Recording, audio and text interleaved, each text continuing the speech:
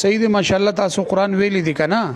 نو تاسو وایي چې حدیث قران ته وایي کنه حدیث قران نه علاوه بل څه شي نشته دا تاسو وایي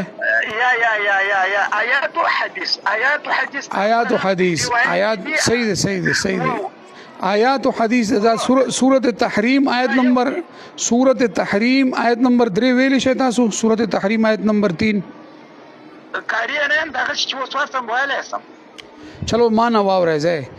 اعوذ بالله من الشیطان الرجیم بسم الله الرحمن الرحیم واذ اسر النبي الى بعض ازواجه حديثا تدې څه ترجمه ده تاسو ماشاءالله ترجمه خو ویلې ده کنه واو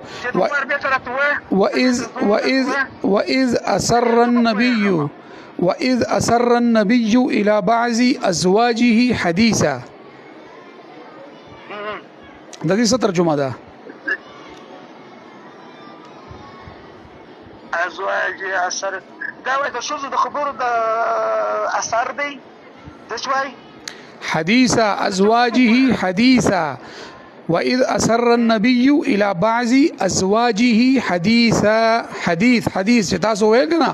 حدیث صرف قران ته وایي دا سورۃ التحریم کې درېمه آیت کې الله تعالی سویلی دی پہلا تاسو ترجمه وکړه ترجمه